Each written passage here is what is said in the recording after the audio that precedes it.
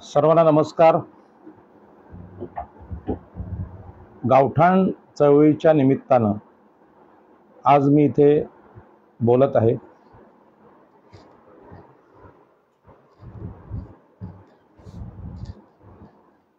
पंख्याचा आवाज कमी केला। आपल्याला कल्पना आहे की मुंबई, ठाणे, रायगड, पालघर या सगळ्या भागामध्ये आगरी, कोळी, कराडी, भंडारी, आदिवासी, ईस्ट इंडियन आणि 12 बलुतेदार, SC ST या सगळ्यांचा घरांचा प्रश्न हा मुंबईच्या विकासामध्ये अत्यंत कठीण झालेला आहे। किंबहुना या प्रश्नाकडे लक्ष द्यायला कोणाला वेळ नाही आणि म्हणूनच महाराष्ट्रात आणि भारतात उपेक्षित असलेल्या OBC SC ST यांच्या जमिनीच्या प्रश्नावर इतिहासामध्ये 1932 ला डॉक्टर बाबासाहेब आंबेडकर आणि नारायण नागू पाटील यांनी जमिनींच्या आंदोलनाची हाक दिली आणि जमीनदारी नष्ट करणारा खोतीविरोधी कुळ कायदा या नेतृत्वामुळे म्हणजे नारायण नागू आणि बाबासाहेब आंबेडकर यांच्यामुळे तयार झाला आणि तो चळवळीचा काळ होता। त्यामुळे सगळा समाज एकसंघपणे लढत होता। पण नंतरच्या काळामध्ये या चळवळीचा विसर आपल्या लोकांना पडला। म्हणजे नंतरच्या काळात थोडीशी जागृती कमी झाली आणि त्याच्यामुळे मधल्या काळात कुळ कायद्याने प्राप्त झालेल्या जमिनी शासनाने MIDCचं भूसंपादन असेल किंवा इंडस्ट्रीयलचं भूसंपादन असेल, शिडको भूसंपादन असेल, यामध्ये मुंबईपासून ठाणे, पालघर इथल्या मूळ भूमिपुत्रांना मूर्ख बनवण्याचा प्रयत्न केंद्र आणि राज्य सरकारकडून झाला आणि याचा दुष्परिणाम म्हणून गावाबाहेरच्या सगळ्या जमिनी एकतर खाजगी बिल्डरांनी फसवून घेतल्या किंवा शासनाने वेगवेगळ्या भूसंपादनामध्ये शेतकऱ्यांना मूर्ख बनवून त्या जमिनी संपवून टाकल्या आणि या जमिनीला सोन्याचा भाव आलेला असताना उरली सुरली जी गावठाणं आहेत ती गावठाणं सुद्धा अनधिकृत घरे अतिक्रमण ठरवून त्यांचा जमीन मालकी हक्क न मानता त्याचा SRA किंवा क्लस्टर करण्याचा प्रयत्न सर्वच राज्यकर्त्याकडून होत आहे। आणि यावर उपाय म्हणून आपल्याला माहिती आहे 2015 साली काँग्रेस राष्ट्रवादीच्या सरकारनं मुंबईतले कोळीवाडे हे SRA आहेत, गलिच्छ वस्त्या आहेत असं जाहीर करून तिथे SRA लावण्याचा प्रयत्न केला आणि तिथूनच आपण नवी मुंबई असेल, मुंबई असेल, इथल्या आगरी, कोळी, भंडारी, ईस्ट इंडियन, आदिवासी, OBC SC ST यांच्या गावठाण जमीन हक्कांचा विषय सुरू केला आणि या चळवळीला बिल्डर लॉबीकडून प्रचंड विरोध झाला। सत्ताधारी सर्वच राजकीय पक्षामध्ये ब्राह्मण, मराठा हे सरंजामी लोक असल्यामुळे त्यांनी सुद्धा बिल्डरांची बाजू घेऊन आगरी कोळ्यांना फसवण्याचाच कारभार प्रशासनामध्ये म्हणजे जिल्हाधिकारी असतील किंवा तहसीलदार असतील या प्रशासनामध्ये आणि खास करून शिडकोचा जो वरवंटा नवी मुंबईत फिरत आहे तो तर फार भयानक होता आणि या चळवळी दडपण्याचा प्रयत्न झाला। या चळवळीला दडपण्याचा प्रकार जसा शासन, बिल्डर, SRA प्रकल्पवाले यांच्याकडून झाला त्याच पद्धतीनं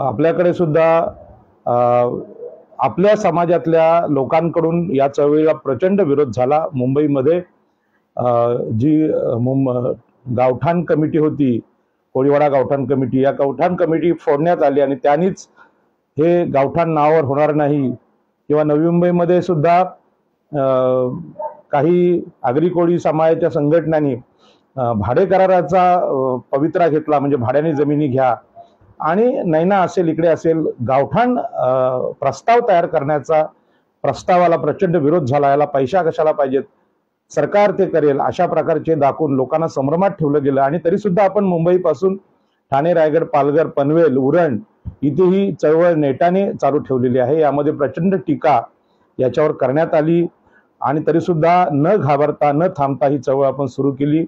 या चळवळीमध्ये मी किरण पाटील जे आमचे आहेत पेंदरचे त्यांचं मुद्दामून कौतुक करेन आणि पेंदर ग्रामस्थांचं खूप कौतुक करेन की त्यांनी ग्रामसमिती पेंदर यांच्या नावाने त्यांच्या गावाचा प्रस्ताव पहिल्यांदा पाठवलेला आहे।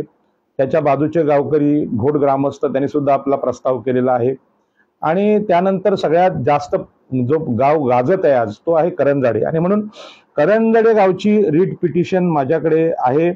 या रीट पिटिशन 1434/6 2022 ही रिट पिटिशन आहे आणि ह्या रिट पिटिशनचा निकाल हा गावकऱ्यांच्या बाजूने लागला आणि माननीय उच्च न्यायालयाने संविधानामध्ये असलेला आर्टिकल 40 नुसार गावं संघटित करणं, त्यांचं नियोजन करणं, त्यांचा विस्तार करणं ही जबाबदारी ग्रामपंचायत या स्थानिक स्वराज्य संस्थेला दिली होती आणि त्यांनी प्रस्ताव ते सादर करणं, महसूल विभाग, मग तलाठी असतील, तहसीलदार असतील, प्रांत असतील, जिल्हाधिकारी असतील यांनी 7/12 सदरी गावाला आवश्यक असलेल्या जमिनींचं संपादन करणं किंवा सरकारी जमिनी असतील त्यामध्ये गुरुचरण जागा असेल किंवा अन्य जागा या सगळ्या गावाच्या सुखसोयीसाठी, गावाच्या वाढत्या लोकसंख्येसाठी देणं असा जो कायदा आहे मूळ संविधानातला, त्या कायद्यानुसार मान्य उच्च न्यायालयाने या मान्य कोकण आयुक्त, मान्य जिल्हाधिकारी, तहसीलदार, प्रांताधिकारी यांना आदेश दिले की करंजडे गावची जी मूळ गावठाण 3 एकर आहे आणि आता वाढलेलं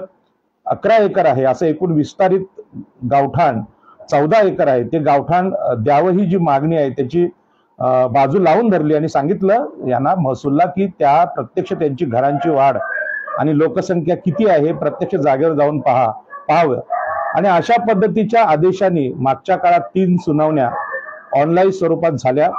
कोणी तिथे यायला तयार नव्हतं, सिडकोचे अधिकारी येत नव्हते, तहसीलदार जर पनवेलचे येत होते पण बाकीचे अधिकारी प्रांत वगैरे उपस्थित नव्हते. जिल्हाधिकाऱ्यांची, आपल्या रायगडचे जिल्हाधिकारी कल्याणकर साहेब यांची बदली कोकण आयुक्त म्हणून झाली आणि नवीन जिल्हाधिकारी येण्याचे बाकी होते आणि या सगळ्या प्रकारामध्ये विलंब होत गेला आणि आज नवीन जिल्हाधिकारी आल्यानंतर प्रत्यक्ष सुनावणी झाली. तत्पूर्वी मी आपल्याला सांगू इच्छितो, गावठाण विस्ताराचे अभ्यासक आहेत त्यांच्यासाठी, की महाराष्ट्र शासनाने महसूल आणि वन विभाग परिपत्रक क्रमांक GTN 1083/217 R12 मंत्रालय मुंबई इथून दिनांक 10 फेब्रुवारी 1983 ला हा प्रसिद्ध केलेला आहे.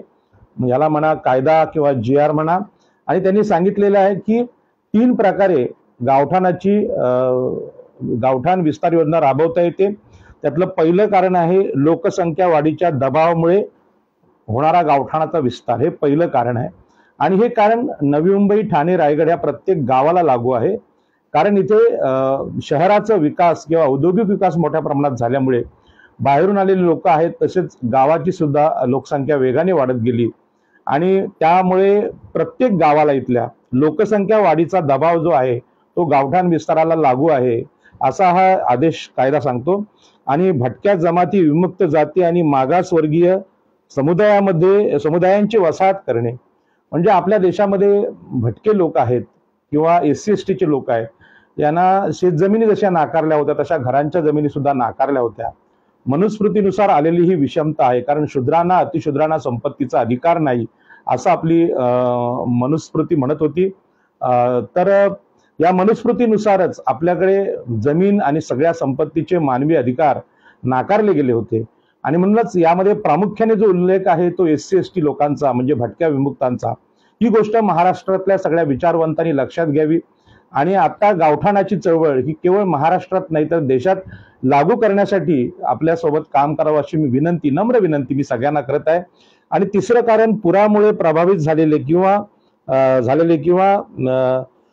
ज्यांचं पुनर्वसन करणं गरजेचं आहे कुठल्याही प्रकल्पामध्ये किंवा भूकंपामध्ये, अशा लोकांसाठी गावठाण विस्तार योजना किंवा गावठाणाची योजना राबवावी अशा प्रकारचे आदेश आहेत. आणि हा मोठा अहवाल आहे आणि याच्यामध्ये सगळ्या विभागीय आयुक्तांना हा आदेश लागू झालेला आहे. आणि त्याच पद्धतीने सर्व उपविभागीय अधिकारी, जिल्हाधिकारी या सगळ्यांना हे आदेश लागू आहे. त्याची प्रत आम्ही काढलेली आहे आणि माझ्याकडे प्रत उपलब्ध आहे. ज्यांना माहिती हवी असेल त्यांना मी माहिती द्यायला तयार आहे, प्रत्यक्ष सभा घ्यायला तयार आहे.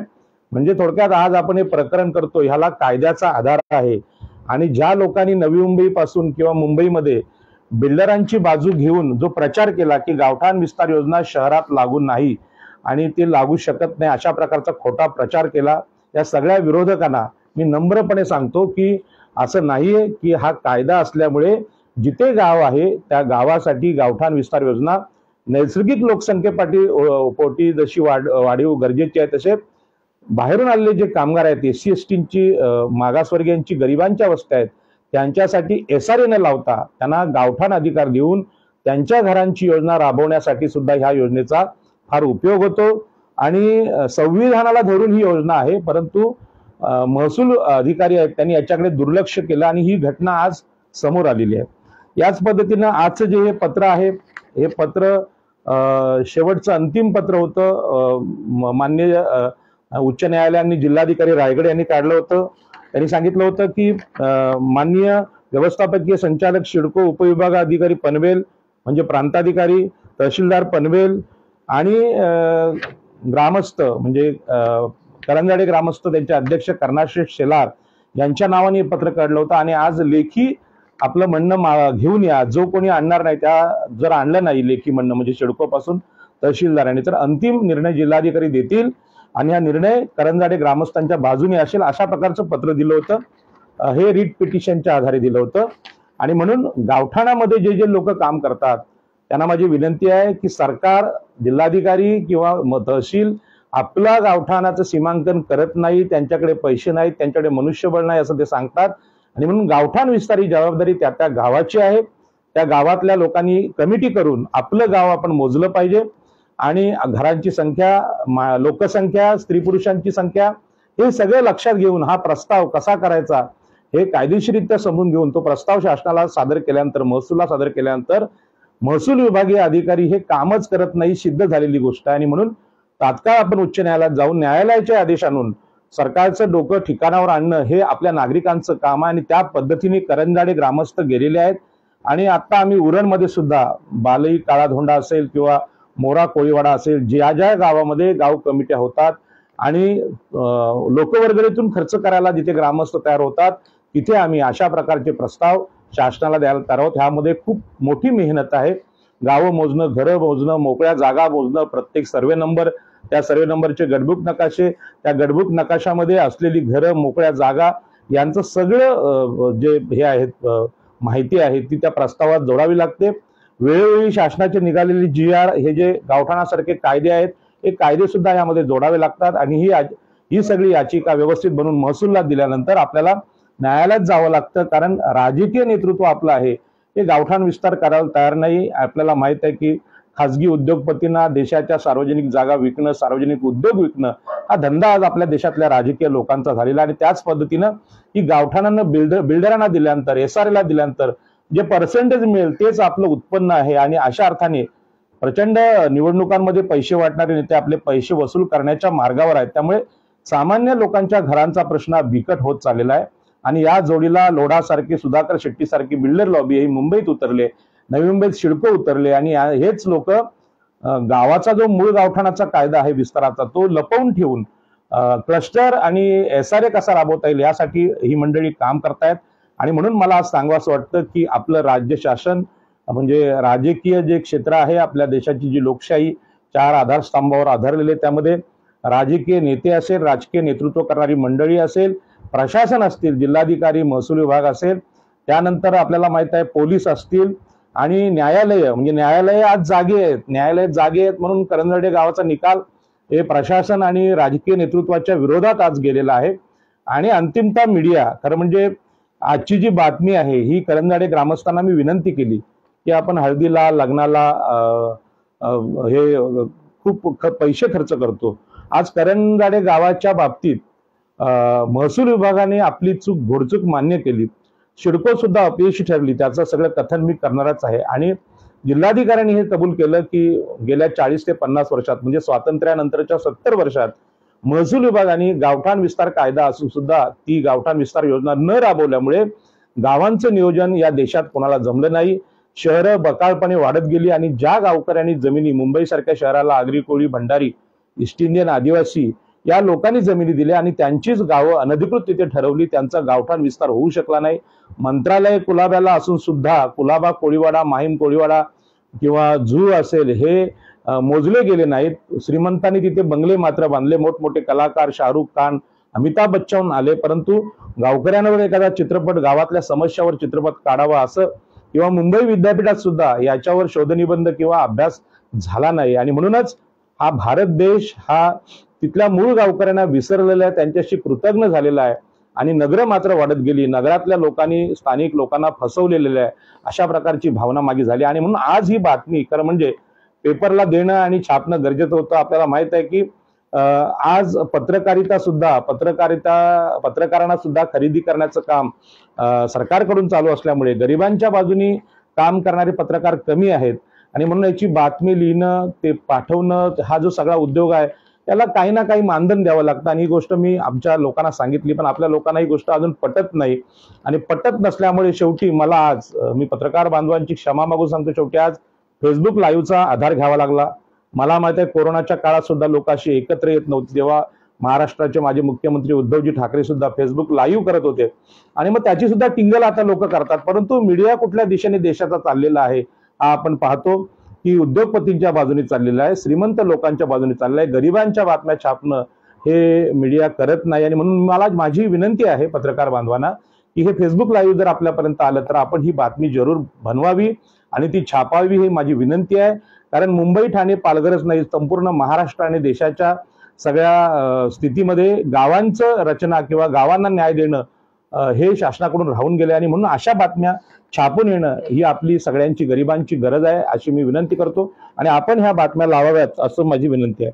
आता या मुख्य प्रश्नाकडे आपण वळूया की आजच्या दिवशी जे काय घटना घडलेली आहे इथे अलिबागमध्ये रायगड जिल्हाधिकारी कार्यालयात, त्यामध्ये सगळ्यात मोठा आमचे जे मुख्य आधारस्तंभ होते, याचे वकील होते ॲडव्होकेट प्रशांत पाटील, त्यांना हायकोर्टात सुनावणी असल्यामुळे ते आज येऊ शकले नाहीत. आणि गावठाण विस्ताराचे युवा नेते आमचे किरण पाटील हे सुद्धा अत्यंत लढाऊ आणि अभ्यासू व्यक्तिमत्व आहे, परंतु काल त्यांना रस्त्यातून जात असताना मोटरसायकल स्वारांनी धडक दिल्यामुळे एक अपघात त्यांना झाला आणि त्यामुळे ते जखमी झाल्यामुळे ते आज येऊ शकले नाहीत. आणि अशा परिस्थितीमध्ये करंजाडे ग्रामस्थ आणि मी यांनी ही बाजू मांडली, परंतु आम्हाला जिल्हाधिकाऱ्यांच्या बाबतीत अतिशय चांगला अनुभव आलेला आहे. आणि म्हणून आजची घटना खरं म्हणजे अत्यंत आनंदाची, म्हणजे माझ्या जीवनातली खूप मोठी आनंदाची घटना आहे. आणि ती घटना आपल्याशी शेअर करताना मला खूप आनंद होत आहे. आणि म्हणून मी आजचा जे 28 फेब्रुवारीचा जो दिवस आहे, माननीय जिल्हाधिकारी रायगड यातले माननीय योगेश म्हसे साहेब आहेत, त्यांचं मी मनपूर्वक आभार मानतो. त्यांनी ज्या उमदेपणानं हा विषय समजून घेतला आणि माझं जे म्हणणं आहे ते म्हणणं ऐकून घेतलं, त्यासाठी मी मनपूर्वक धन्यवाद माननीय जिल्हाधिकारी योगेश म्हसे यांना देतो. रायगड जिल्हाधिकाऱ्यांमध्ये जेवढे जिल्हाधिकारी होऊन गेलेले आहेत त्यामध्ये योगेश म्हसे यांचं नाव अजरामर असणार आहे. कारण का आपल्याला माहित आहे की ही जी जिल्हाधिकाऱ्यांची परंपरा आहे ही स्वातंत्र्यपूर्व काळापासून अगोदर म्हणजे 1900 ना 1800च्या काळातली अनेक इंग्रज जिल्हाधिकारी इकडे होऊन गेले, तिथे अलिबागला त्याच्या नोंदी आहेत. आणि या सगळ्यांमध्ये रायगड जिल्हा असेल, ठाणे जिल्हा असेल, पालघर जिल्हा असेल, हा महामुंबईचा भाग आहे. आणि इथे औद्योगिकरण मोठ्या प्रमाणात होत आहे, विकास योजना मोठ्या येत आहेत, पण गावांचं नियोजन आम्ही केलं पाहिजे अशा प्रकारचं जो विषय आहे माननीय जिल्हाधिकाऱ्यांच्या अखत्यारीतला, तो आतापर्यंत राहून गेला होता. आणि ही चूक जी आहे महसूलची, ती जिल्हाधिकाऱ्यांनी आज कबूल केलेली आहे की आमच्याकडून ही चूक झालेली आहे. आणि हाच विषय मुंबईचा सुद्धा आहे आणि ठाणे पालघरचा सुद्धा. आणि म्हणून माननीय जिल्हाधिकारी योगेश म्हसे यांना मी प्रथमतः मनपूर्वक धन्यवाद देतो की आपण आज आमचा विषय ऐकून घेतला. त्यानंतर पनवेलचे प्रांताधिकारी राहुल मुंडके आणि माननीय तहसीलदार विजय तळेकर यांनी सुद्धा आज हे मान्य केलं की जिल्हाधिकाऱ्यांनी त्यांना प्रश्न विचारला की आतापर्यंत म्हणजे सिडको आल्यापासून 1970 पासून महसूल विभागाने कुठल्या गावाचा गावठाण विस्तार केला आहे का, असा मूलभूत प्रश्न विचारल्यानंतर त्यांनी सांगितलं नाही, आम्ही कुठल्याही गावाचा गावठाण विस्तार कायद्यानुसार विस्तार करू शकलेलो नाही. याचाच अर्थ इंग्रजांनी 1931-32ला जो केलेला सर्वे आहे, जनगणना आहे, सर्वे आहे, त्या सर्वे नंतर जे मूळ म्हणजे कुठल्याच गावाचा गावठाण विस्तार झालेला नाही. आणि जे मूळ गावठाण आहे ते समजा करंजाड्याचं 3 एकर आहे, कळंबोळीचं 2 एकर आहे, आणि आता कळंबोळीचं 32 एकर वाढले, तर करंजाड्याचं 11 एकरनी वाढले.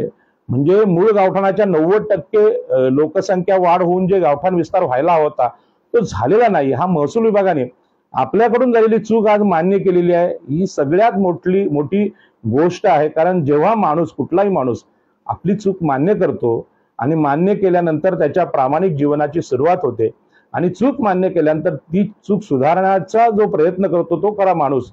परंतु चुकत नाही, म्हणजे तो प्रयत्नच करत नाही. आणि म्हणून महसूल विभागाने आज मान्य केलं की बाबा खरोखर आमच्याकडून ही चूक झाली, आणि म्हणून या सगळ्या अधिकाऱ्यांचं मी मनपूर्वक अभिनंदन करतो, कौतुक करतो. याबरोबरच आजच्या या सभेला ग्रामस्थांचे अध्यक्ष, करंजाडे ग्रामस्थांचे अध्यक्ष कर्णाशेठ सेलार हे होते, मारुती गायकर होते, भरत राणे होते, गणेश कातकरी आदिवासी समाजातले ग्रस्त होते.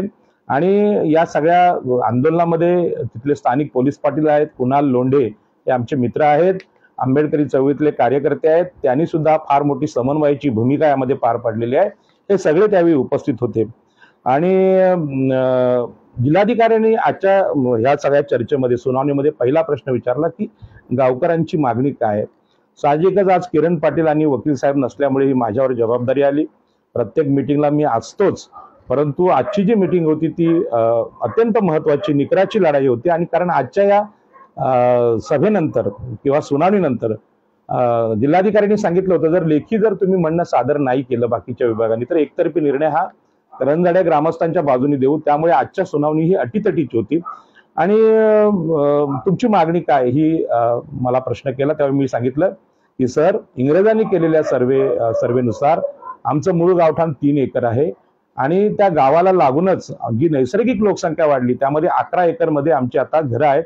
आणि ही घरं सिडको येण्याच्या अगोदरपासूनच्या काळातली आहेत. आणि ही जी घरं जिथे आहेत त्याची नोंद तहसीलने किंवा तलाठीने न घेतल्यामुळे आणि सिडकोने पंचनामे न करता भूसंपादन म्हणजे सातबारे आपल्या नावावर दाखवल्यामुळे यामध्ये सगळ्यात मोठी निष्क्रियता ही महसूल विभागाची होती. आणि सिडकोला ती अनुकूल अशी या स्वरूपाची असल्यामुळे आज ती 11 एकर जागा ही आमची आहे असं सिडको दाखवते. आणि हा प्रश्न केवळ करंजाडे गावचा नाही तर नवी मुंबईतल्या 95 गावांचा आहे की अशा प्रकारे चुकीच्या पद्धतीने भूसंपादन दाखवून गावाच्या मूळ गावठाणापर्यंत सिडको गेलेली आहे. कारण म्हणजे अन्याय आहे. आणि महाराष्ट्राच्या महसूल विभागाचा ही फसवणूक आहे. आणि म्हणून मी रिटायर्ड झालेल्या अनेक तहसीलदारांशी अनेक दिवस बोलतो आहे की नवी मुंबईत जो प्रचार चालू आहे की सिडकोचे अधिकार मोठे की महसूलचे मोठे, ही जी स्पर्धा चालू आहे, अनेक आमदार, खासदार आणि JNPTचे ट्रस्टी असलेले अनेक विद्वान लोक सांगतात की नाही, इथे सिडकोचाच अधिकार मोठा आहे, जिल्हाधिकाऱ्यांना काहीच अधिकार नाही कारण हे शहर आहे. अशा प्रकारचे गैरसमज घेऊन जगणारे आमचे अनेक प्रकल्पग्रस्तांचे नेते पण आहेत. त्यानुसार मी जेव्हा यांना रिटायर्ड तहसीलदारांना विचारलं, त्यांनी सांगितलं की नगर विकास खात्यापेक्षा जमिनींच्या बाबतीत महसूल विभागाचे अधिकार मोठे आहेत. त्यामुळे जिल्हाधिकाऱ्यांचा अधिकार हा मोठा आहे, कोकण आयुक्तांचा अधिकार मोठा आहे. परंतु नवी मुंबईतल्या लोकांना किंवा मुंबईतल्या लोकांना सुद्धा याचा विसर पडला होता. आणि ही गोष्ट आज दूर झाली. आणि आज माननीय जिल्हाधिकाऱ्यांनी सिडकोला आणि सगळ्या अधिकाऱ्यांना हा जाब विचारला की ग्रामस्थांची मागणी काय. तेव्हा आम्ही त्यांना सांगितलं की इंग्रजांनी केलेल्या सर्वेचं मूळ गावठाणच सिडको मोजते. मग महाराष्ट्र शासनाने इंग्रजांचा सर्वे झाला त्यानंतर गावांचा सर्वे का केला नाही. माझा तर प्रश्न हा माननीय नरेंद्र मोदी पंतप्रधान साहेबांना आहे की तुम्ही हिंदू राष्ट्राची कल्पना करता किंवा सांगताय हा देश हिंदू राष्ट्र होणार आहे. अरे पण इंग्रजांनी केलेल्या सर्वे नंतर जर तुम्ही स्वतःचं गाव मोजू शकला नसाल या देशातलं, तर राज्यकर्ते म्हणून आपली लायकी काय आहे. या देशाचे नागरिक किंवा देशाचे पंतप्रधान, मुख्यमंत्री, महसूल मंत्री, गृहमंत्री होण्याची क्षमता आमची आहे का. इंग्रजांनी आम्हाला आज लाजवलेलं आहे की राज्य करणं हे इंग्रजांना जमलं, आम्हाला राज्य करणं जमत नाही. कारण आम्हाला आमची गावं मोजता येत नाही, आमचा देश मोजता येत नाही. एवढी मोठी नोकरशाही असताना, भूमी अभिलेख खाता असताना आजही उरणमधला भूमी अभिलेख विभाग असेल, रायगड जिल्ह्याचा भूमी विभागला अभिलेख विभाग असेल, मुंबईचा असेल किंवा ठाण्याचा असेल, हे कोणीही गावठाणांचे सर्वेच करत नाहीत. आणि हे सर्वे न झाल्यामुळे इंग्रजांच्या सर्वेचं जे मूळ गावठाण आहे तेवढंच सरकार मानते. मग तुम्ही स्वातंत्र्यानंतर 70 वर्षात 74 वर्षात काय केलं हा माझा मोठा प्रश्न आहे. आणि म्हणून आमचे पंतप्रधान आणि मुख्यमंत्री हे सपशेल अपयशी ठरलेले आहेत गावं मोजण्यासाठी. मग तुम्ही कोणता राष्ट्रवाद या देशाला सांगतायत.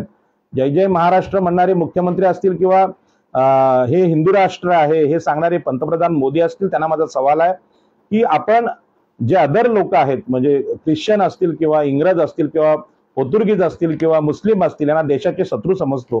परंतु तुम्ही जर इंग्रजांच्या सर्वेनंतर एकाही गावाचा सर्वे करू शकत नसाल, तुम्ही देशाचे मित्र आहात की शत्रू आहात. तर माझ्या अनुभवाने सांगतो की आपले राज्यकर्ते हे या बाबतीत अपयशी ठरलेले आहेत. प्रशासन अपयशी ठरलेलं आहे.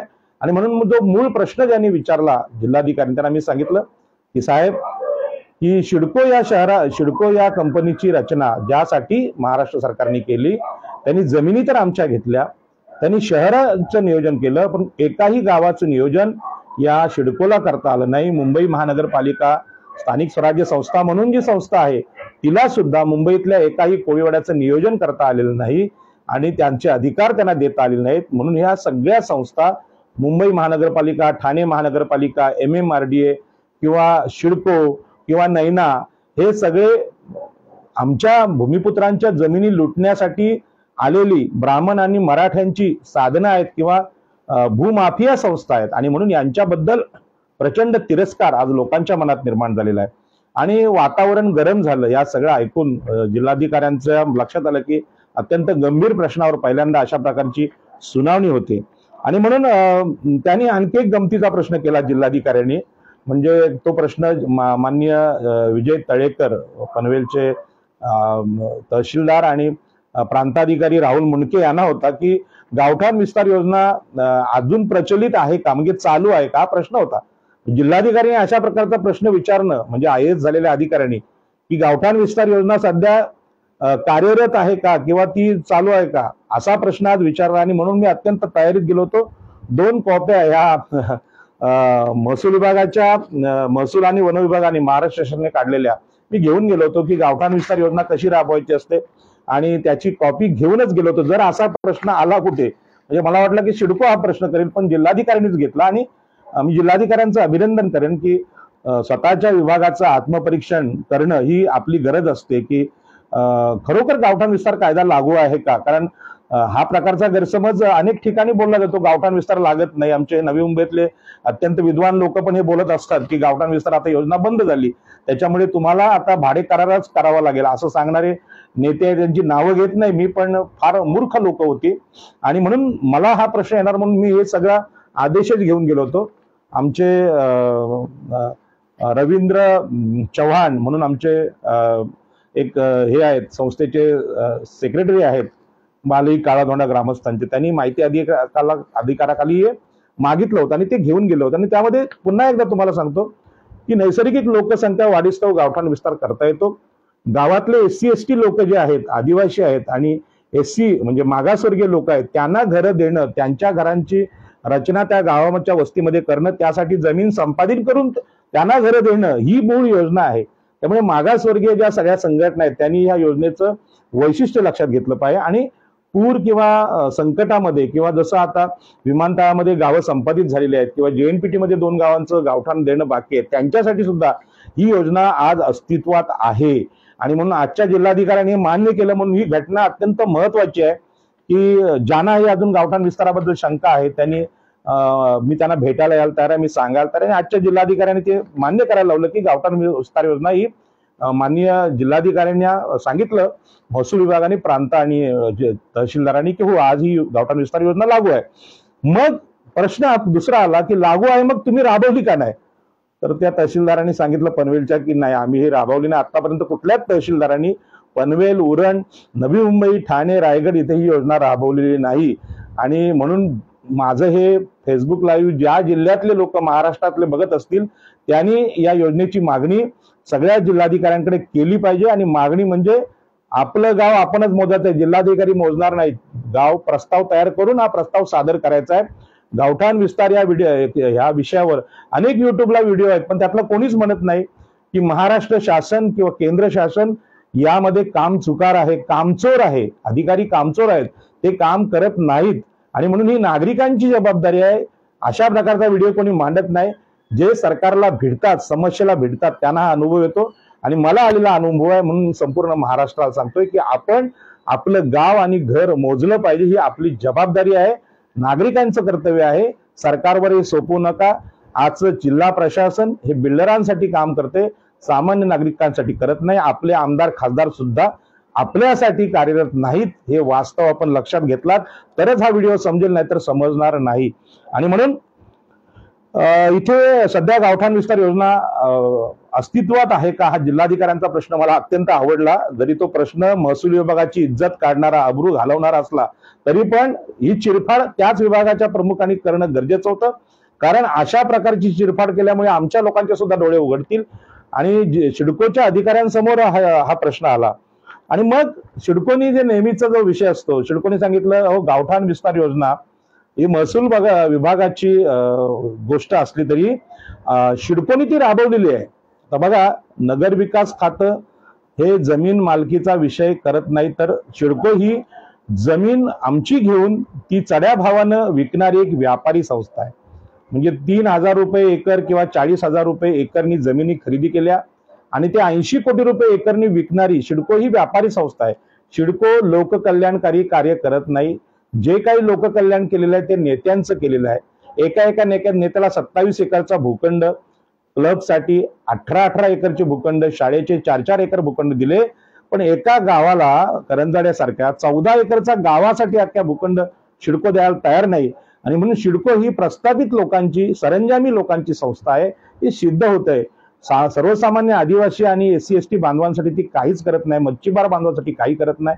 हीच गोष्ट नवी मुंबई महापालिका किंवा मुंबई महापालिकेला सुद्धा लागू होते.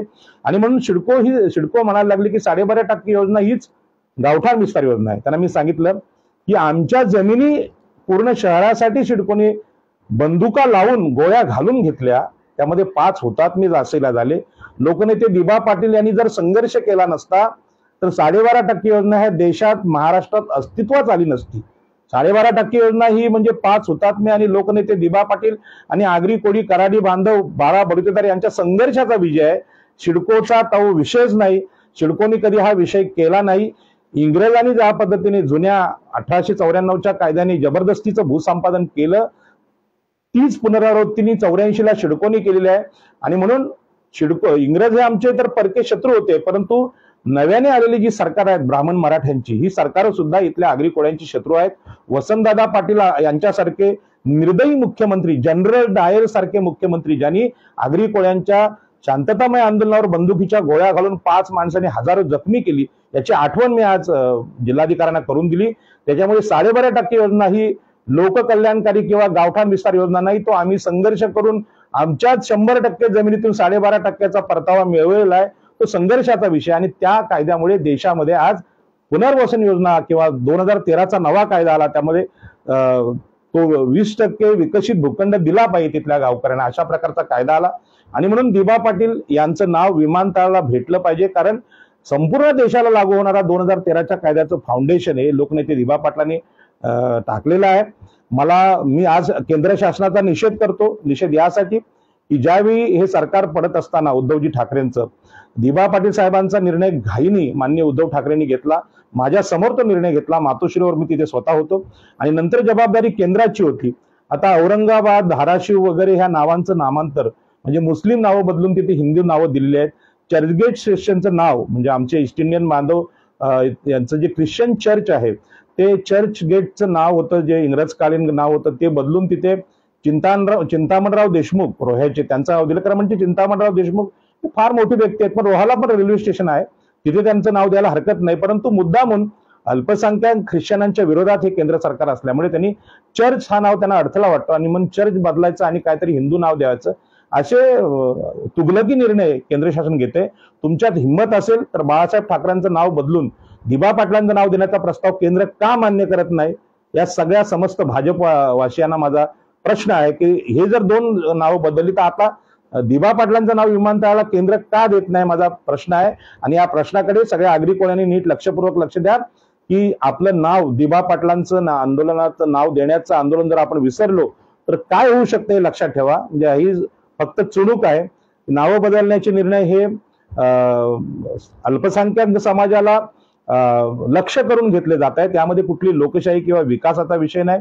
आणि म्हणून जर तुम्ही प्रामाणिकपणे जर औरंगाबादचं नाव बदलू शकता, संभाजीनगर करू शकता, तर बाळासाहेब ठाकरेंच्या नावाच्या ऐवजी दिबा पाटलांचं नाव द्यायला तुम्हाला काय प्रॉब्लेम आहे, हा सगळ्या भाजपवासियांना माझा प्रश्न आहे. आणि माननीय पंतप्रधान नरेंद्र मोदी आणि अमित शहा यांना सुद्धा प्रश्न आहे. आणि म्हणून सिडकोच्या 12.5% हीच गावठाण विस्तार योजना याचा मी आज जाहीर त्यांच्या समोर तोंडासमोर निषेध केला आणि सांगितलं तुम्ही मूर्ख बनवू नका. 12.5% योजना ही गावठाण विस्तार योजना होऊ शकत नाही. कारण गावठाण विस्तार योजनेचं बेसिक मान्य जिल्हाधिकारी, तहसीलदार आणि प्रांत यांच्याकडे जातं, तलाठ्यांकडे जातं. त्यांनी केलेली घोडचूक आम्ही सुधारली असं दाखवण्याचा प्रयत्न नगर विकास विभागाने करू नये. लोकशाहीमध्ये पारंगत असलेल्या आमच्यासारख्या नेत्यांना मूर्ख बनवण्याचा प्रयत्न सिडको अधिकारी करू शकत नाही. जाग्यावर त्यांचा निषेध केला आणि जिल्हाधिकाऱ्यांनी सांगितलं अहो 12.5% योजनेचे भूखंड संघर्षाने आम्ही मिळत ते त्यांनी पूर्ण केलेले नाहीत. आणि जर तुम्ही दिले असतील तर ज्याची जमीन आहे त्याला 12.5% भूखंड मिळतात. एखाद्याची 10 एकर असेल त्या प्रमाणात मिळतात. एखाद्याचं एकच घर असेल त्याची जमीनच नसेल तर त्याची मुलं जी वाढलेली आहेत त्यांच्या वाढत्या लोकसंख्येसाठी गावासाठी गावठाण विस्तार सिडकोनी दिलेले आहे का? किंवा गावासाठी एखादं मैदान दिलंय का? गावासाठी शाळा दिलेली आहे का? गावासाठी सुखसुविधा सिडकोने दिलेल्या आहेत का? तर नाही, हेच उत्तर आहे. आणि म्हणून सिडकोचं ही जे प्रचार आहे आम्ही परतवून लावलेला आहे. आणि असाच प्रकारचा प्रयत्न सिडको अधिकारी जर बोलले की बाबा गावठाण विस्तार म्हणजेच 12.5%, तर आम्ही सगळ्यांनी त्याचा निषेध केला पाहिजे आणि सिडको अधिकाऱ्यांची तोंड ठिकठिकाणी बंद केली पाहिजेत. कारण हे सामान्य माणसाला मूर्ख बनवतात. अजूनही 12.5% योजना पूर्णपणे राबवली गेली नाही. लोकनेते दिबा पाटील हयात असताना ती योजना पूर्ण तुम्ही करायला पाहिजे. परंतु हे आमच्या राजकीय नेतृत्वाचं पण अपयश आहे आणि प्रशासनाचं पण आहे. आणि आताच्या मुख्यमंत्र्यांना मी सांगतोय दिबा पाटलांचं नाव आपण द्या, नाही तर तुमचं सरकार आम्ही इथे ठेवत नाही. कुठल्याही शिवसेनेचं ठेवत नाही. अ गट असो किंवा ब गट असू दे किंवा ड गट असू दे, आम्ही कोणाला ठेवणार नाही. दिबा पाटलांचं नाव द्या, हे माझी विनंती आहे सगळ्यांना. आणि म्हणूनच गावठाण विस्तार योजना ही 12.5% योजनेमध्ये तुम्ही मिसळू शकत नाही हे मी त्यांना सांगितलं. आणि मी नेहमी सांगतो की नवी मुंबई विमानतळामध्ये जमिनीबद्दल 22.5% योजना होती आणि घरांच्या बद्दल 3 पट होती. म्हणजेच 3 पट याचा अर्थ गावठाण विस्तार पकडून त्यांनी देण्याचा तो प्रयत्न केलेला आहे. मग तिथे 2 वेगळ्या योजना आहेत आणि मग इकडे सिडको कसं खोटं बोलते की 12.5% हीच गावठाण विस्तार योजना आहे. तिथे का म्हणत नाही 22.5% योजना हीच गावठाण विस्तार योजना आहे? घरांचं नियोजन त्यांनी नव्याने केलेलं आहे आणि नवीन मोजमाप त्याला लावलेला आहे. ही गोष्ट आमच्या लोकांनी समजून घेतली पाहिजे. त्यामुळे सिडकोचा इथे आम्ही आज चर्चेमध्ये पराभव केला. आणि पुढचा जो विषय निघाला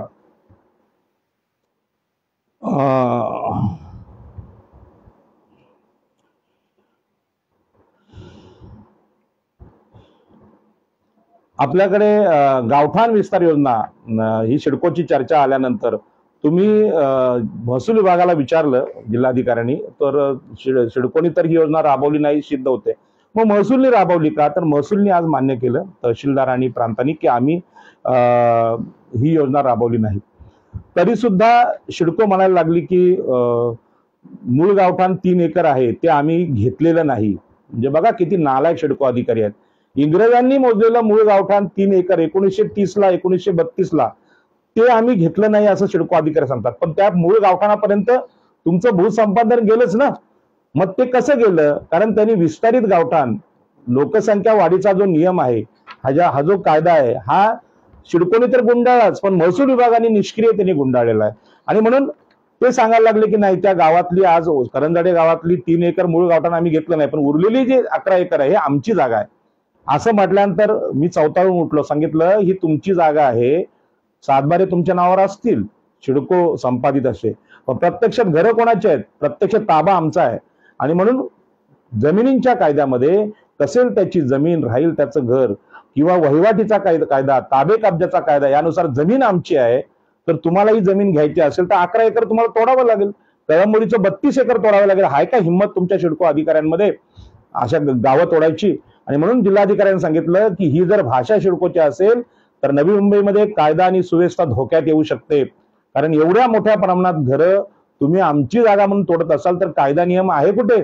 आणि म्हणून ज्या लोकांनी या शहराला जमिनी दिल्या त्या जमिनी दिल्यानंतर ही नवी मुंबई शहर वसलं, त्यांच्याशी कृतज्ञपणे हे सिडको अधिकारी वागत असतील तर एखाद्या सभेमध्ये लोकशाहीचा जो संयम आहे तो सामान्य माणसाने किती ठेवायचा? म्हणजे तुमच्या घराखालची जागा आमची आहे असे सिडको अधिकारी सांगायला लागले. जे बदलीवर येतात किंवा प्रमोशनवर येतात आणि कुठल्या कानाकोपऱ्यातून येतात त्यांना जर एवढी माणुसकी नसेल की ज्या लोकांनी ज्या प्रकल्पग्रस्तांनी या शहराला जमिनी दिल्या त्यांचं आम्ही काहीतरी देणं लागतो आणि ते देणं विसरून जर असे क्रूरपणे जर बोलायला लागले तर साहजिकच आहे कुठल्या माणसाचा संताप अनावर होऊ शकतो. परंतु ही लोकशाही आम्ही पचवलेली आहे आणि म्हणून शांतपणे उत्तर दिलं की आधी हे सिडकोच्या अधिकाऱ्यांनी सांगितलं हे तुमचं म्हणणं मागं घ्या, तुमची जागा आहे तर ते पोझिशन आहे तुमचं आहे का. आणि म्हणून आपल्याला लहानपणी शिकवलं होतं कसेल त्याची जमीन राहील त्याचं घर, किंवा ज्याच्या हातात ससा तो पारधी. आमच्या हातात ही जमीन आहे ती आम्ही तुम्हाला देऊ का, आणि गावाच्या बाजूला आमच्या शेतातली घरं आहेत. परंतु याच्यावर विरोध ज्या पद्धतीने तरुणांनी केला पाहिजे, ते तरुण आज जोपर्यंत समोर येत नाही तोपर्यंत राजकीय नेते जे सिडकोचे जावई झालेत ती आपली बाजू मांडणार नाहीत. म्हणून आज मी तरुणांना विनंती करतो की गावठाण विस्ताराच्या सभेमध्ये तरुणांनी पुढे आणलं पाहिजे. हा तरुणांचा विषय आहे, कारण आपल्या पुढल्या पिढ्या या गावात राहणार आहेत. आपल्याला क्रिकेटचं मैदान नाही, आपल्याला जागा नाहीत, म्हणून आपण इथे पुढाकार घेतला पाहिजे. आणि म्हणून सिडको कशी म्हणू शकते ही जमीन आमची आहे. तुमची जमीन असेल तर ही जमीन तुम्ही सिद्ध केली पाहिजे. ही जमीन आम्हाला आमच्या ताब्यात असेल तर ती आम्हाला भेटली पाहिजे आणि ती मालकी हक्काने भेटली पाहिजे. मग सिडकोने अधिकारी नवीन प्रस्ताव आणला की नाही आम्ही भाडे कराराचा एक कायदा आणलाय. अहो आमच्याच गावात आमच्या हजारो पिढ्यांच्या ज्या घरं आहेत ही काही केवळ 70 पूर्वीचीच नाही, त्याच्या अगोदरपासूनची घरं आहेत. 3 एकर इंग्रजांच्या काळातला सर्वे आहे आणि त्यानंतर कितीतरी घरं झालेली आहेत. मग ही जी घरं आहेत ही घरं आमच्या जागेत आमच्या गावाच्या बाजूला असली घरं आम्ही भाड्याने घेऊ. मग तिथे त्यांनी चर्चा केली की एवढ्या मोठ्या सगळ्या नवी मुंबईमध्ये माननीय मुख्यमंत्री एकनाथ शिंदे यांनी सांगितलं की भाडे करार मी करायला तयार. आमच्यामधले काही अतिशय मूर्ख आणि नालायक लोक बोलायला लागले की भाडे करार चांगला आहे. आणि मग मी सांगितलं अहो भाड्याने घरं कोण तुमच्याकडे आले का, कोणाची पत्र आलीत का, लोकांनी मागणी केली का, कसं लोक मागणी करतील. मालकीचं घर भाड्याने कोण घेईल का, आणि भाड्याने घेतल्यानंतर तुम्ही तिथे क्लस्टर योजना किंवा SRA राबवणार, मूर्ख आहोत का आम्ही. मग मी मुंबईचा विषय सांगितला जिल्हाधिकाऱ्यांना. जिल्हाधिकारी साहेब 2015ला जेव्हा काँग्रेस राष्ट्रवादीने सांगितलं की ही गावठाणं म्हणजे अनधिकृत आहेत, अतिक्रमण आहेत किंवा SRA, तेव्हा आम्ही सांगितलं मुंबईचे मालक आम्ही आहोत. आगरी, कोळी, माळी, भंडारी, ईस्ट इंडियन, आदिवासी आम्ही आहोत. आम्ही जर मुंबई शहराला जमिनी दिलेल्या आहेत, या जमिनी आम्ही अतिक्रमण, आम्ही गलिच्छ वस्त्या हे आम्ही ऐकून घेणार नाही. आणि म्हणून त्यावेळी मी वरळीमध्ये आशिष शेलारला सांगितलं होतं तुमच्यासारखे मराठा आमदार आमच्या खारदांड्यातून होतात आणि आम्हाला भाडेकरू ठरवतात. याच्या पुढे प्रत्येक आमदाराला, प्रत्येक नगरसेवकाला कोळीवाड्यातून गावठाणातून पर्याय दिला जाईल आणि तुम्हाला तुमची जागा आम्ही दाखवून देऊ. राजकीय सत्ता आम्ही हातात घेऊ आणि छत्रपती शिवाजी महाराजांच्या आरमारातले मावळे आम्ही आहोत. आम्हाला हे नवीन नाही, आम्ही इंग्रज पोर्तुगीजांशी लढाई केलेत. तुम्ही आतापर्यंत हिंदुत्वाच्या, भाजपचं हिंदुत्व असेल, प्युअर हिंदुत्व, नंतर शिवसेनेचं असेल, या हिंदुत्वानी आम्हा हिंदूंना तुम्ही मूर्ख बनवलेला आहे. हा मूर्खपणा आता आम्ही करणार नाही. आमच्या गावांसाठी इथले तरुण लढायला उतरतील आणि तुमच्या सगळ्या राजकारणाची चिरफाड करण्याची हिंमत इथल्या आता लोकांमध्ये आलेली आहे. आणि म्हणून सिडको जेव्हा म्हणलं ही जमीन आमची आहे, तुमची जमीन नाही, ही जमीन आमची आहे. आणि जमीन मालकीचे जे कायदे आहेत, 12 वर्ष एखादा माणूस एखाद्या घरात राहिला तर ऍडव्हर्स पोजेशनच्या कायद्याने तो मालक बनतो. 1 एप्रिल 57ला जो जमिनीत होता, वहिवाटीत आहे, तो कुळ आहे, तो मालक झालेला आहे. एवढेच सगळे कायदे, गावठाण कायदा आहे, आमच्या बाजूने असताना आमच्याच गावात येऊन आम्हाला मूर्ख बनवणार, भाडेकरू बनवणार. मी एकनाथ शिंदे या ठाण्यामध्ये येऊन मुख्यमंत्री झालेल्या रिक्षावाल्या मुख्यमंत्र्याचा जाहीर निषेध करतो. साताऱ्यातून तुम्ही इथे आलात, आमच्या लोकांनी तुम्हाला डोक्यावर घेतलं, तुम्हाला मुख्यमंत्री केलं. तुम्ही भूमिपुत्रांशी गद्दारी करता. 50 खोके ओके हे सगळेजण बोलतात, पण तुम्ही आमच्या भूमिपुत्रांना भाड्याने जमिनी देते. लाज वाटत नाही तुम्हाला. माझी विनंती आहे आपल्याला, ही चूक आपण सुधारा. लोक अन्न पाणी खाणी कष्ट करून पिकवतात, खातात, पिकवतात, खातात, मेहनत करतात. मच्छीमार बांधव आमचे मेहनत करतात, पण त्यांची अस्तित्वात असलेली गावठाणं तुम्ही नाकारता. हे कसलं मुख्यमंत्री पद. आणि देवेंद्र फडणवीसांना याविषयी कळत नाही का. मुंबईतल्या सीमांकनाचा मुद्दा अतिशय चांगला मुद्दा आपण काढलात आणि तो मुद्दा नवी मुंबईत नाही तुम्हाला समजत, ठाण्यात समजत नाही. आणि म्हणून हे जे लोकांना मूर्ख बनवणं हे थांबवावं. 5 वर्षासाठी तुम्ही आहात. पुढल्या निवडणुकीमध्ये मी तर एक लोकसभा लढलेलो आहे, एक विधानसभा लढलेलो आहे. याच्या पुढे मी अनेक तरुणांना ह्या विधानसभेत, या लोकसभेत फॉर्म भरून देणार सांगणार आहे. या मुंबई ठाणे रायगड परिसरामध्ये नेतृत्व हे आगरी, कोळी, भंडारी, ईस्ट इंडियन, बारा बलुतेदार, ओबीसीकडे असलं पाहिजे. इथे मराठा आणि ब्राह्मण मुख्यमंत्री आम्हाला नको, कारण त्यांनी जर 70 वर्षात आम्हाला गावठाणं दिली नाहीत तर विषयाची परीक्षा आता आम्हाला घ्यायची नाही. बंधू आणि भगिनींनो, ओबीसी, SC, ST यांच्या भूमिपुत्रांचे जे अधिकार आहेत ते स्थानिक स्वराज्य संस्थांच्या कायद्यामध्ये आपल्याला पाहायला मिळतात. त्या कायद्याचा आपण अभ्यास करावा ही माझी विनंती आहे. 12.5% जमीन ज्यांना भेटली त्यांच्याकडे जमीन होती, पण भूमिहीनांचं काय हा मोठा प्रश्न आहे. आणि भूमिहीनांच्या प्रश्नासाठी गावठाणाची लढाई महाराष्ट्राच्या कानाकोपऱ्यात आपण न्यायला पाहिजे अशी माझी विनंती आहे. आणि म्हणून मुंबई ठाणे रायगड पालघर या सगळ्या क्षेत्रात ही समस्या आहे हे मी जिल्हाधिकाऱ्यांच्या लक्षात आणून दिलं. आणि जिल्हाधिकाऱ्यांनी विचारलं हा फक्त करंजडे गावाची रीट याचिका आहे की सगळ्या 95 गावांची आहे? मी त्यांना सांगितलं साहेब 95 गावांची हेच सेम परिस्थिती आहे असंच म्हणणं आहे, परंतु आमची ताकद कमी पडते. प्रत्येक गावात सभा लावणं, गाव कमिट्या करणं, लोकांना लोकवर्गणी काढायला प्रवृत्त करणं हे अत्यंत अवघड जाते. उरणमध्ये सुद्धा गावठाण हक्क योजनेला विरोधक हे आमच्या जातीचे लोक आहेत, आगरी कोळी जातीचे लोक आहेत. ते म्हणतात की लोकवर्गणी कशाला काढायची, सरकार करेल.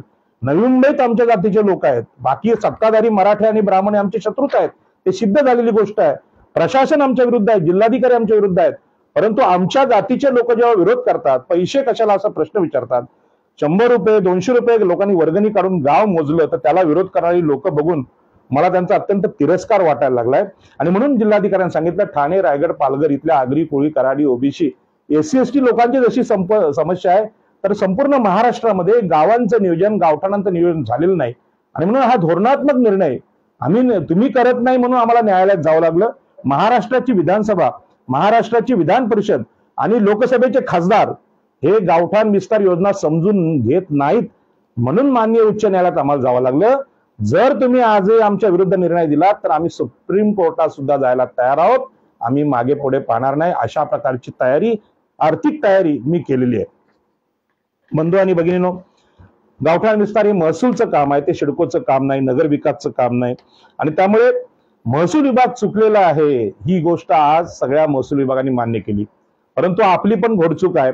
आम्ही सीमांकनाचा विषय मुंबईत केलाय, आमच्या पेंदरमध्ये केलेला आहे किंवा इथे करंजाडेमध्ये केलेला आहे, परंतु घरं सुद्धा मोजली पाहिजेत. घरांच्या प्रॉपर्टी कार्डचा विषय सीमांकित नकाशामध्ये घालून जर आपण केला तर निश्चितपणे तहसीलदार असतील, जिल्हाधिकारी असतील, यांच्या लक्षात येईल की इथे घरं आहेत.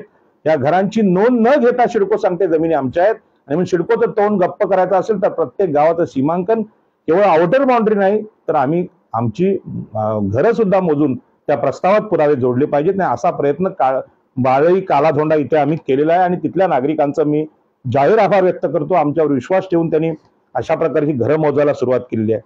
आणि म्हणून या सगळ्या चर्चेमध्ये सिडकोच्या लक्षात आलं अधिकाऱ्यांच्या की आता काही ऐकत नाहीत आणि मग भाडेपट्ट्याचा विषय काढला. मी सांगितलं भाडेपट्टा आम्हाला मान्य नाही. ज्या मूर्ख नेत्यांनी आगरी कोळ्यांच्या भाडेपट्ट्याला मान्यता दिली तो मूर्खपणा हा स्वतःच्या स्वार्थापोटी केलेला आहे. त्यांना बिल्डर व्हायचा आहे, ते SRA राबवायचा आहे, क्लस्टर राबवायचं म्हणून केला असेल त्यांचाही मी निषेध करतो. आणि असं कोणी म्हणत असेल भाडे करार योग्य आहे तर गुलाम आम्हाला अक्का व्हायचं नाही. महात्मा ज्योतिबा फुलांनी आम्हाला सांगितली तुम्ही गुलाम का झालात, अज्ञानामुळे, अशिक्षितपणामुळे झालात. पण आताची CA झालेली प्राध्यापक मंडळी सुद्धा महात्मा फुल्यांच्या काळातल्या गुलामीच्या अंधारात राहू इच्छित असतील तर ते आम्हाला मान्य नाही. आणि म्हणून डॉक्टर बाबासाहेब आंबेडकर, छत्रपती शिवाजी महाराज यांचा वारसा सांगणारे आम्ही लोक आता बंड करायला आम्ही पाहिजे आणि सांगितलं पाहिजे जमिनीवरची आमची मालकी सिद्ध करण्यासाठी वाटेल तो संघर्ष आम्ही करू. मग तो उच्च न्यायालयातला असेल किंवा सुप्रीम कोर्टातला असेल. कायदा आम्ही हातात घेणार नाही, परंतु कायदा काय असतो हा आम्ही महाराष्ट्र शासनाला आणि केंद्र सरकारला दाखवून देऊ. बंधूंनो, यानंतर मी माननीय जिल्हाधिकाऱ्यांना सांगितलं की साहेब मुंबईमध्ये आगरी, कोळी, भंडारी, ईस्ट इंडियन यांची 200 गावठाणं आहेत आणि या 200 गावठाणाचा प्रश्न ज्यावेळी आशिष शेलारांना मी सांगितला त्यांनी तो देवेंद्र फडणवीसांना सांगितला आणि चंद्रकांत दादा महसूल मंत्री असताना कोळीवाड्यांचं सीमांकन करण्याचा निर्णय झाला आणि 12 कोळीवाडे मोजले. परंतु यामध्ये सुद्धा मुंबईतले जे गावठाण चळवळीचे लोक आहेत त्यांनी अति शहाणपणा केला, मूर्खपणा केला. गावं आम्ही मोजली पाहिजे मी पहिल्या दिवसापासून सांगतो, त्यांनी ऐकलं नाही आणि त्याचा फायदा आज मुंबईमध्ये तुम्हाला माहित आहे SRA वाले घेत आहेत, मुंबई पोर्ट ट्रस्ट घेत आहे आणि अनेक बिल्डर घेतात आणि मोजलेल्या गावठाणामध्ये सुद्धा आमचा दावा आहे जमिनीचा असं सांगतायत ते. जो प्रकार नवी मुंबईत चालू आहे सिडकोचा तो मुंबईत पण चालू आहे. यासाठी न्यायालयीन संघर्षाशिवाय उपाय नाही आणि त्याला खर्च हा गावांनी केला पाहिजे हे मी पुन्हा पुन्हा सांगतो. कारण तुम्हाला असं वाटतं की राजाराम पाटील हे लोकवर्गणी काढतात तर ते पैशाचा भ्रष्टाचार करतात. अजिबात नाही. मी 1 रुपयाचा जर भ्रष्टाचार केला तर मला इतकं स्पष्टपणे बोलता येणार नाही. उलट मी धन्यवाद देतो ज्या ज्या लोकांनी या गाव मोजणीला पैसे दिलेले आहेत, लोकवर्गणी म्हणून खर्च केले, त्यांच्यामुळे आज आपण माननीय जिल्हाधिकाऱ्यांकडे इतक्या जोराने बोलू शकलो आणि आजचा विजय या समस्त देणगीदार लोकांचा आहे, गावकऱ्यांचा आहे. मुंबईतल्या आगरी, कोळी, ईस्ट इंडियन बांधवांना तुम्ही धन्यवाद देईन. नवी मुंबईतल्या लोकांनी ज्यांनी ज्यांनी गावठाण चळवळीला योगदान दिलेलं आहे, मग कळंबोलीचे आमचे माया भगत असतील किंवा बालईतले आमचे गावकरी असतील, मोरा कोळीवाड्यातले लोक असतील, आमचे सर्वेअर सोमनाथ कोळी असतील, यांना मी सगळ्यांना धन्यवाद देईन की आपल्यामुळे उच्च न्यायालयातून आज महसूल विभाग आणि जिल्हाधिकाऱ्यांकडे ही चर्चा होऊ शकली आणि या विजयाचे शिल्पकार आपण आहात. आणि म्हणूनच या गावठाण सीमांकनाची चर्चा विधानसभेत झालेली आहे. विधानसभेत हा निर्णय झाल्यामुळे याला आता एक चळवळीचं स्वरूप आलं आणि हे जिल्हाधिकाऱ्यांनी ऍक्सेप्ट केलं आणि सांगितलं, पाटील साहेब तुमचं म्हणणं मला कळलं आणि मला वाटतं ते भिवंडी किंवा ठाणे परिसरात पूर्वी कार्यरत होते, त्यामुळे मला हा विषय माहिती आहे आणि कळलेला आहे आणि मग तुमची बाजू आम्हाला कळलेली आहे. आणि म्हणून मी शेवटी प्रश्न केला की मान्य जिल्हाधिकारी साहेब, सिडको किंवा शासनाचं असं म्हणणं असेल महानगरपालिकांचं की इंग्रजांच्या काळात 3 एकर 2 एकर असलेली मूळ गावठाणं हीच गावठाणं आहेत, बाकीचे विस्तारित गावठाणं हे अतिक्रमण आहे, असं जर तुमचं म्हणणं असेल तर तुमच्यात ही 90% गावठाणं तोडायची हिंमत आहे का?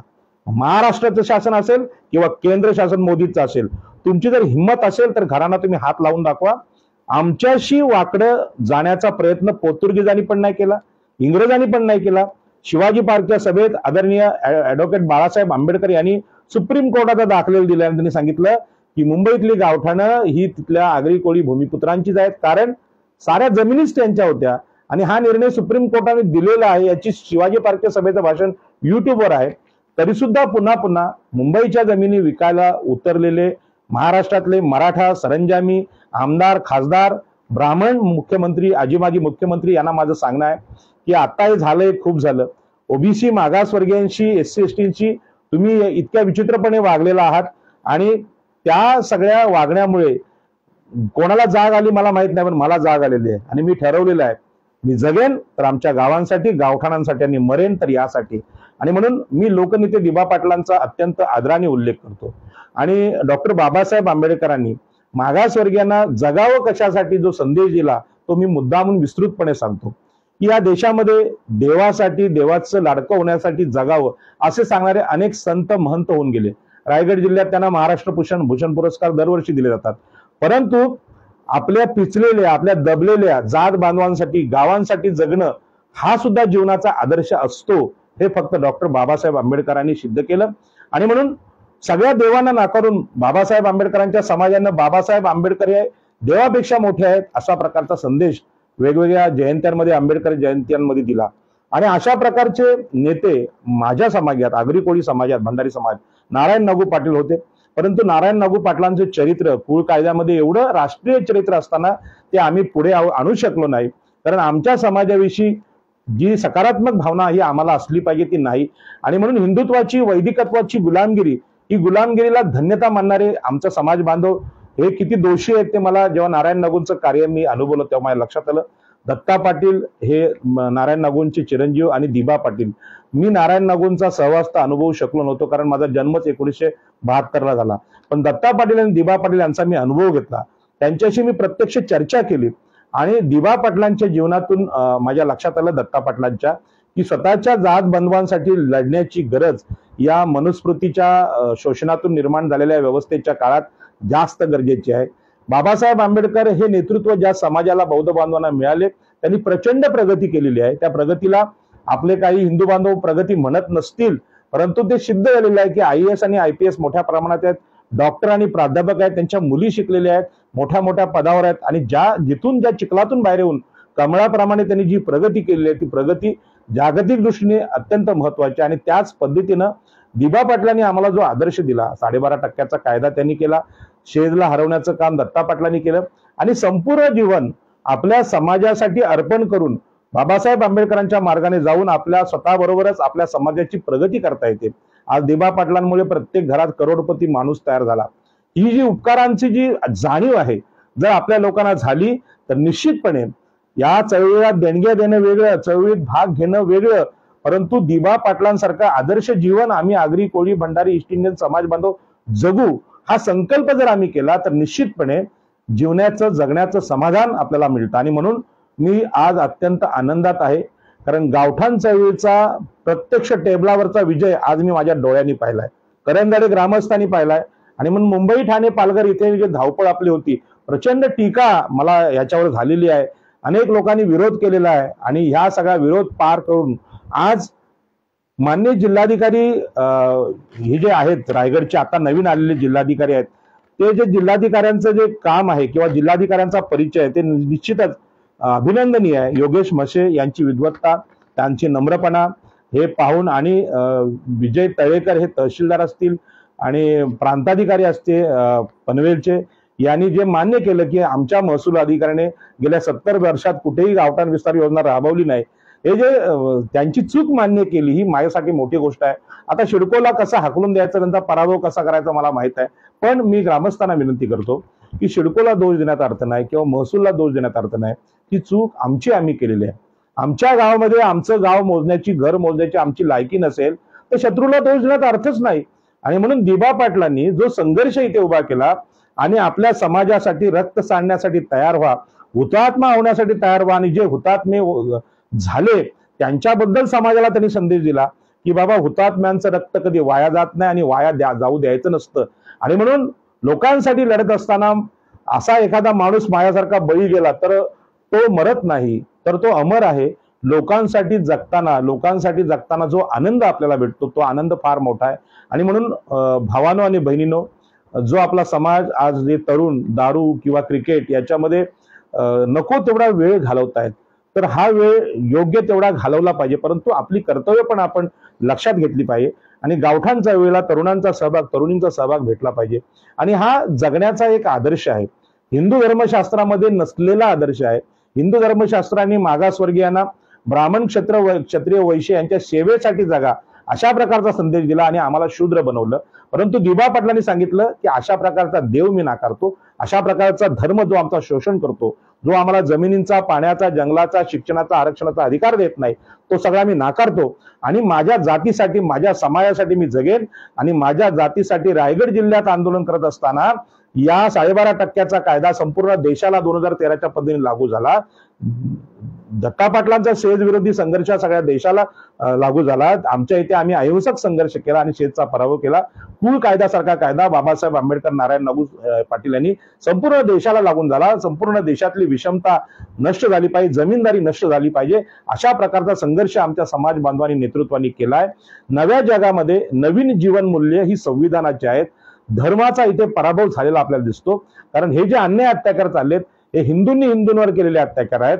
आणि म्हणून नेहमीच मुस्लिम लोक आमच्यावर अन्याय करतात किंवा लव जिहाद किंवा भूमी जिहाद हा जो प्रचार भाजप करून चाललाय, माझं हे माननीय मुख्यमंत्री, माजी मुख्यमंत्री देवेंद्र फडणवीस आणि पंतप्रधान नरेंद्र मोदी यांना जाहीर आव्हान आहे, तुमच्या केंद्र आणि राज्यामध्ये सरकार तुमची आहेत, तुमच्यात हिंमत असेल तर आमची जी विस्तारित गावठाणं आहेत, जी वाढलेली गावठाणं आहेत, जमीन मालकी हक्काने प्रॉपर्टी कार्ड आपण या 1 महिन्यामध्ये देता का? देत असाल तर तुम्ही आमचे नेते, नाहीतर तुम्ही आमचे शत्रू आहेत. हे आम्हाला अगोदर पण सिद्ध झालं, आता पण सिद्ध होईल.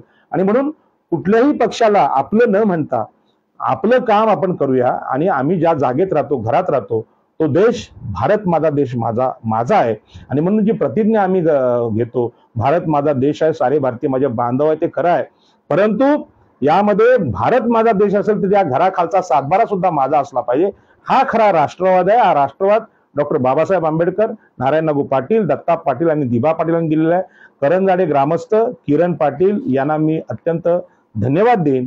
किरण पाटलांना जो छोटासा काल अपघात झाला त्यामुळे ते आज येऊ शकले नाही, आणि ते असते तर निश्चितच आज माझ्या आनंदामध्ये आणखी एक मोठा आनंद झाला असता. आमचे वकील सुद्धा आज उपस्थित राहू शकले. तरी सुद्धा योगेश म्हशे हे जे जिल्हाधिकारी आहेत त्यांनी ज्या पद्धतीने ग्रामस्थांची बाजू समजून घेतली, आणि गावठाण चळवळ हा केवळ करंजाडे गावाचा विषय नाही तर ठाणे, रायगड, पालघर आणि संपूर्ण महाराष्ट्राचा विषय असल्यामुळे शासनाने याबद्दल धोरणात्मक निर्णय घ्यावा अशाच प्रकारची परिस्थिती आहे.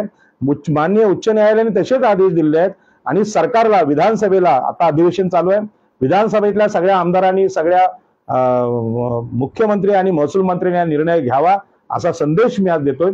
आमचे जे आमदार आहेत, उरणचे आहेत, पनवेलचे आहेत, प्रशांत ठाकूर, महेश बालदे असतील, नवी मुंबईतले आमदार गणेश नाईक असतील, मंदाताई असतील, किंवा आमचे सगळे जेवढे ओबीसी, एससी, एसटीचे आमदार आहेत त्यांनी विधानसभेत हा प्रश्न मांडावा. तुमच्या घरी मी पत्र घेऊन आता येऊ शकत नाही, आता अधिवेशन चालू आहे, पण ज्या जिल्हाधिकार्यालयात झालेलं आहे ते आपल्या कानावर मी घालतो.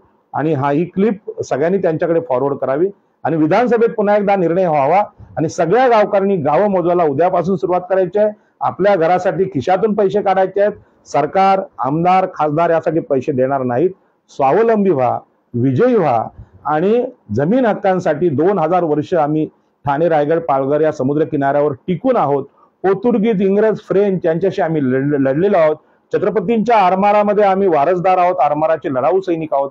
आपल्या सम्राट अशोकाच्या काळातले आम्ही वारसदार आहोत, त्या लेण्यांमधले, बौद्ध लेण्यांमधले आणि त्या साम्राज्याचे. तर ही आठवण ठेवून इथे लोढा असेल किंवा इथे सुधाकर शेट्टी हे बिल्डर जे ठाणे रायगड ठाण्यामध्ये आज कल्याण डोंबिवलीमध्ये आमची गावं लुटतायत, यांना तिथे जाग्यावर थांबवण्याचं काम आमच्या तरुणांनी करावं अशी विनंती मी आपणास करतो. आणि पुन्हा एकदा सर्वांचे आभार मानतो. ज्यांनी ज्यांनी मला हस्ते परस्ते मदत केली आहे त्यांच्याशी मी अत्यंत कृतज्ञ आहे. तर 2005 सालापासून शिक्षकाची नोकरी सोडल्यानंतर समाजाने जो पाठिंबा या चळवळीसाठी दिलाय त्याच्यामुळे मी बोलतोय. त्या सगळ्यांचा अत्यंत आदरपूर्वक आभार मानतो आणि माझं बोलणं संपवतो. जय हिंद, जय महाराष्ट्र आणि जय एकवीर आहे.